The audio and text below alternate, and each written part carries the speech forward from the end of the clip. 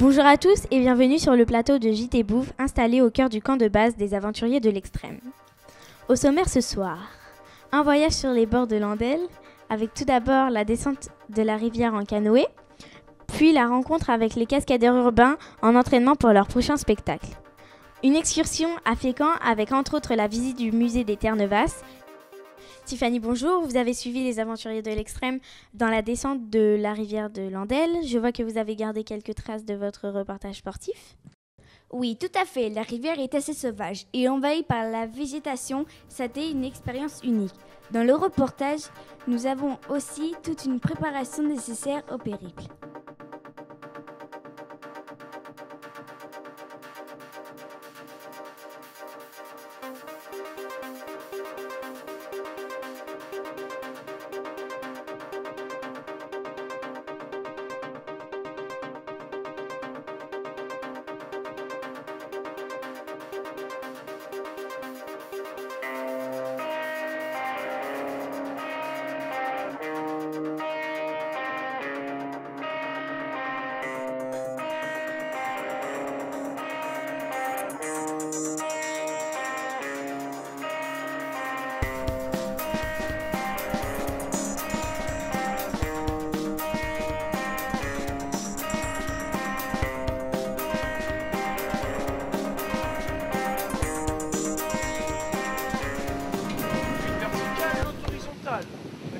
C'est-à-dire qu'à chaque fois, il va falloir tourner sa pagaie. D'accord? Regardez, si je pagaie à droite, j'ai le côté creux qui est vers l'arrière. Quand j'arrive de l'autre côté, si je la tourne pas, le côté creux est vers le ciel, c'est pas bon. Et bien là, je pivote avec mes mains, d'accord? Tac, et là, à gauche, c'est bon. Ça marche?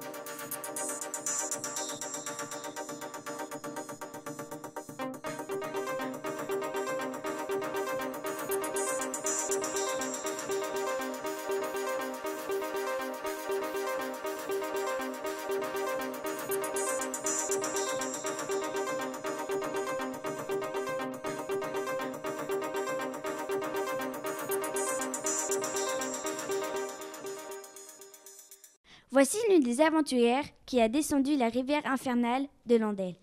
Emmanuel, bonjour. Venez vous installer sur le plateau. Bonjour Tiffany, bonjour Kenza. Quelles sont vos impressions sur cette balade au fil de l'eau? Eh bien, je vous accorde, c'était très agréable. Nous avons passé quelques rapides, mais la rivière n'était pas très haute. Et de ce fait, on n'a pas vraiment été en danger. Pourtant, les conditions météo n'étaient pas très bonnes. Oui, c'est vrai, l'eau était vraiment froide, mais c'était encore acceptable, on va dire. Je crois que vous avez déjà participé à ce sport. Tout à fait, ce sport, je l'apprécie beaucoup et je le pratique assez souvent, oui.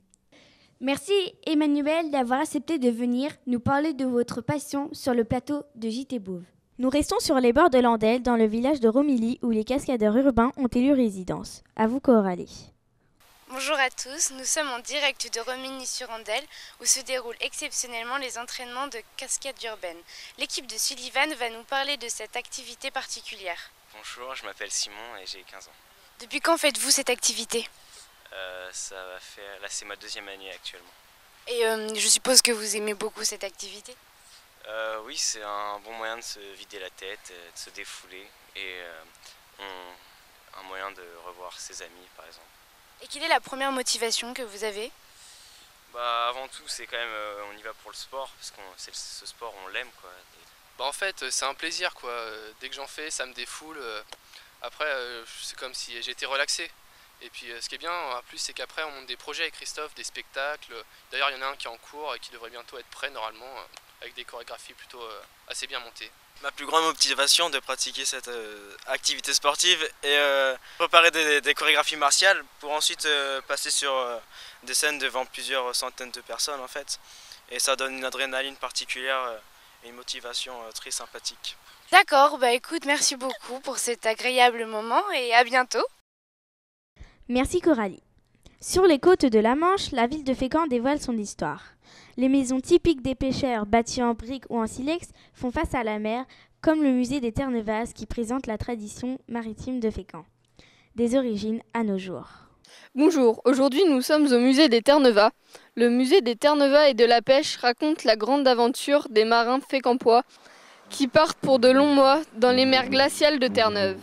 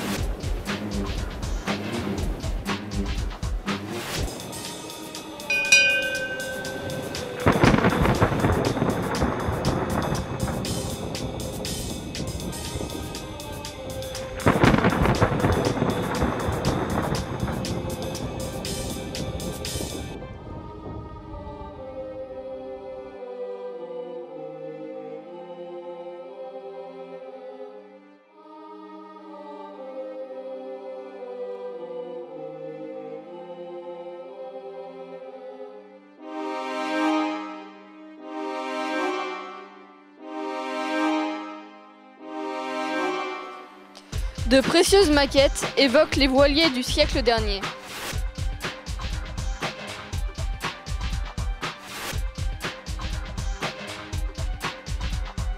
Les vapeurs et les chalutiers modernes.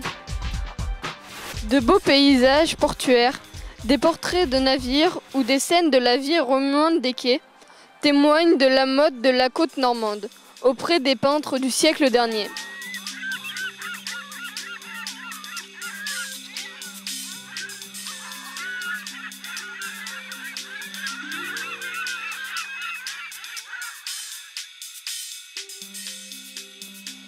Ce musée présente aussi la pêche au hareng et la transformation dans les boucanes. Une ceriserie, où on séchait et fumait les harengs. Les barils remplis de harengs salés en mer étaient déchargés, puis les poissons dessalés étaient ensuite piqués sur des barres et placés dans les cheminées où ils étaient séchés au grand feu de bois de hêtre, puis fumés au petit feu de copeaux. L'opération durait 24 heures. Les poissons étaient ensuite découpés en filets et conditionnés dans des boîtes. Le musée de Terre-Neuvas va bientôt déménager. Il va s'implanter dans une ancienne sécherie construite en 1950. Cet édifice se trouve sur un îlot naturel qui sépare le port de la retenue. Cet endroit, appelé Grand Quai, est depuis le Moyen-Âge le cœur du port de Fécamp.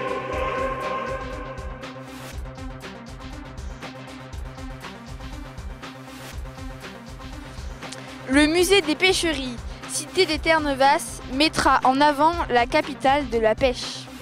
Mais il sera aussi le rendez-vous des artistes et le musée de l'enfance. Ce pôle muséal permettra de mieux connaître l'histoire et la sociabilité à Fécamp au cours des siècles. Merci d'avoir suivi notre émission et à la semaine prochaine pour de nouvelles aventures. Bonsoir. Quoi, qu'est-ce que j'ai fait encore ?